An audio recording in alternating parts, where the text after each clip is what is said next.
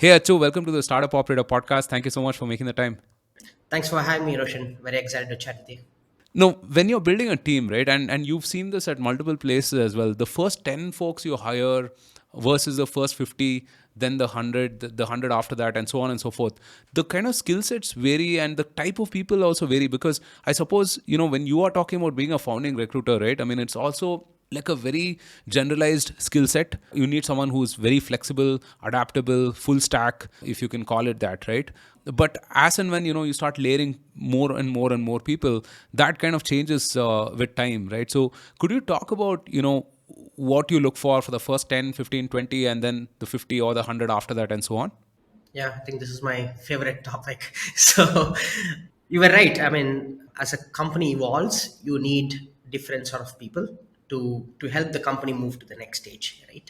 I'll probably break it down into four pieces. For the first 10 employees, right, these are your warriors, right? They are sort of these people who will probably do, they are typically wearers of multiple hat, right? And you need to compose your founding team in a way where you always look for complementary skills. Okay, you only have limited cash in hand, you can only hire limited people, but you need to get people who can also do other stuff. So firstly, understanding the team composition and figuring out where do we need help and how this person can complement is number one. Number two, along with their complementary skills, can they also wear other hats? So your first 10 employees or your founding team is primarily someone who is a pure play IC and can wear multiple hats, and also someone who can complement you. That's why it becomes very, very difficult to hire your first 10 employees.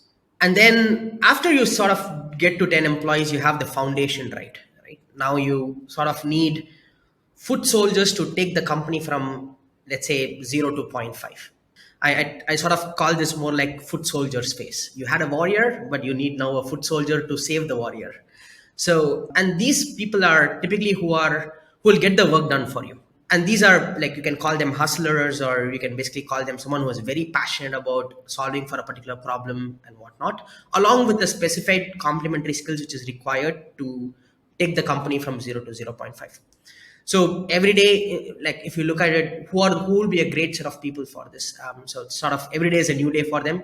They enjoy working in a non-structured environment, and they love to be on the feet all the time, and they love anxiety, right? And they all contribute to the outcomes of the company. So that's the sweet spot for your 11 to 50 employees who are typically like foot soldiers. And after you cross this, like, you basically have some foundation players in play. You also have some sort of foot soldiers in play who can move you from, maybe one foot to another foot, right? Now, for you to move further, your company has already grown quite a bit, and you need position players who are extremely good in getting a specific job done really well, right? You need tailor made people. Let's say, for example, you took a company from 0 to 0.5. You can have a full stack marketer to start with, but as you grow from, like, zero point 0.5 to 1, you need an expert who has been there, done that, who can run demand eng for us, or who can help us build growth factors, or someone who can lead a specific, let's say, for example, someone who has built reporting and has a very good product management experience, right? You look for very strong position players who are tailor made to do a specific job really, really well, right? So that's your 50 to 200 kind of a bucket. And then 200 plus is mostly about, you need someone who has seen this journey in the past. Okay. After 1 million, let's say, for example, even in my case, like, let's say I took the company from 0 to 1, I don't know how to take the company from 1 to 2. And as a leader, or as someone who is looking to have a companion or a friend in play, they generally look for someone who has seen this movie in the past, right? And the businesses generally grow really fast than you as an individual, and the growth rate of the business is almost 10 times faster than how much you can consume and how much you can do better in your given job. So you need some really strong players who have been there, done that, and who can help us really move the needle forward for the company. I think that's primarily the hiring structure. Once you cross 200 plus, you'll probably look for functional leaders. Then it's sort of breaking down into silos of each component. It's mostly about how you want to scale your organization after 200 plus. But for the first 200 plus employees, I think these are the main parameters.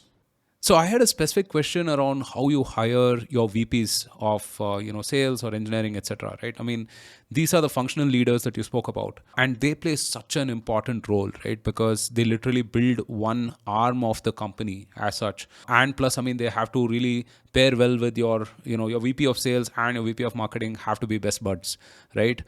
They will butt heads against each other, they will fight whatever it is, but they have to have that common aim of, hey, how can we both of us be 1 plus 1 equal to like a 10 situation, right? So what do you look for when you hire your leadership team? Yeah, again, it depends on the stages of the company, Roshan. Let's say, for example, if I'm looking to hire a VP of sales who can take me from $1 million of sales to maybe 10 million, it's a very different skill set from 10 to 100. So, again, firstly, whenever you are hiring for a leader, really putting together a document in understanding what's the archetype of a person I need for this particular role. What will success mean for this particular person in this role? Really defining that is the very most important thing, and you need really good recruiters to challenge the hiring manager on why you need this person today. We always wanted to work with the who's and the who's, right? But do you really need this person today? But the who's and who's aspiration will be completely different. So you need to really understand what is really required for me to get to this objective. Of course, it's nice if you can have someone who can even scale from 1 to 100 million. That's great, but practically it's not possible, to be honest. Most of the times the leaders who are joining, they feel that it's too small for them, the role is too small for them, or you're not setting them up for success. You need to probably build a team under them, very large team under them. So it really differs between the stage of the company you are in. First is putting together a very strong intent document on why I need this person, and identifying different archetype of people, right? Especially in non-tech role, it becomes very, very tricky. Let's say if you're hiring for a salesperson, you need someone who is really good in building relationships or driving strategies. What's the component of that, right?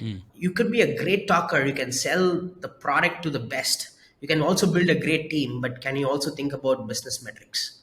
So really understanding how much is the kind of a archetype, how much, what's the percentage of business acumen you want to see from this individual, how much deep they want to go on sales. Creating that list is very, very helpful. Awesome. So we've spoken about the kind of people that we want to hire, right? But let's talk about hiring itself, because someone who's listening to this will say that, hey, look, a lot of things are table stakes today, right? Every other startup will offer compensation, benefits, fancy office, good work, everything, right? And after you hear maybe 1, 2, or 3 pitches, everything starts sounding similar, right? So how do you really differentiate in that sense, right? If it's a young recruiter who's perhaps listening to this, or if it's a founder who's just trying to hire, right? What are those 2 or 3 things that they should do to really stand out in this crazy hiring market? Great question. Early days, it's always about how do you build a great employer brand. Why will someone work with you or work for you or work for this particular company? Then there are thousands of early stage companies in the market today. So really defining what is the meaning of your company, right? That's the entire sense of early stage companies, the meaning or the purpose behind why we are building this. A lot of career sites today, or even the founders posts or whatever that is, that doesn't really carry that messaging. So the messaging has to be super, super clear and say, we are building this particular, it's going to solve for this particular problem. And we want someone who can think along the same lines as us and also interested to be part of the journey. So mostly positioning and narrating your company's vision is going to be super, super important. Number two, very early on onwards, I think, you should cheer, or you should sort of position the people who are working for you as well, like who was part of this particular mission. So people join people. I truly believe this. I don't really care whether it is an XYZ company or a ZYC company. But of course, I do my own research on how the company is doing and whatnot. That's secondary factors. But as a recruiter, for me to have a candidate come in and talk to me, the only upselling is, do I know people who I look up to working in this company? Like, who are these people who's working, who's part of this Great company? point. So can I be part of them? Can I learn from them? Or will there be an added advantage for me in terms of learning or an opportunity? So that's the most important part. And I think a lot of companies are doing a really good job these days to talk about who are these people, either creating a video about them, posting it as part of their onboarding, or everyone is coming up with very creative strategies of how to position this particular thing in the market. It's fundamentally super, super important. And your career page should talk about this, your social media should talk about this. Your investor reporting should talk about this. Everywhere it's all about the team in the initial stages. So it's very, very important to narrate your team in a way that it inspires other ones to join, right? So that's mostly that. Number two. Number three is around what are the motivations, right? What do they get out of joining an early stage company? So you should also start positioning that. You're not just positioning a particular role as a software engineer. You need to talk about what will this role have impact in a in a simple build which you're doing, and how does that translate in terms of their learning, right? Like for example, when Ruby was very new, we'll probably talk about, hey, you can learn a new language during a job. That excites people. I'm like, okay, cool, I'm gonna learn something new out of this. Also contribute to the mission of the company. So really, every single job has this own core selling point. Identifying that selling point and calling them out on the website is going to be super helpful. Let's say, for example, if for my very early AE hire, I basically said, hey, it's you and me. We're going to take this company to $1 million in revenue. So it basically sends they have a very big skin in the game inside the company.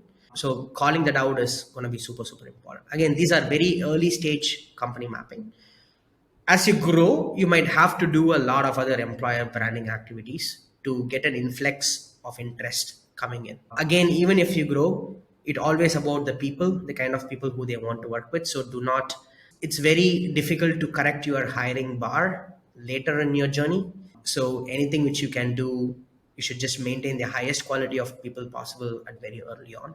Now, what does high bar mean is different from each company to each company, but just really setting very strong expectations on this is how we operate and these are us, and this is what we can add value and this is what we need help from. I think clearly defining that will be super helpful.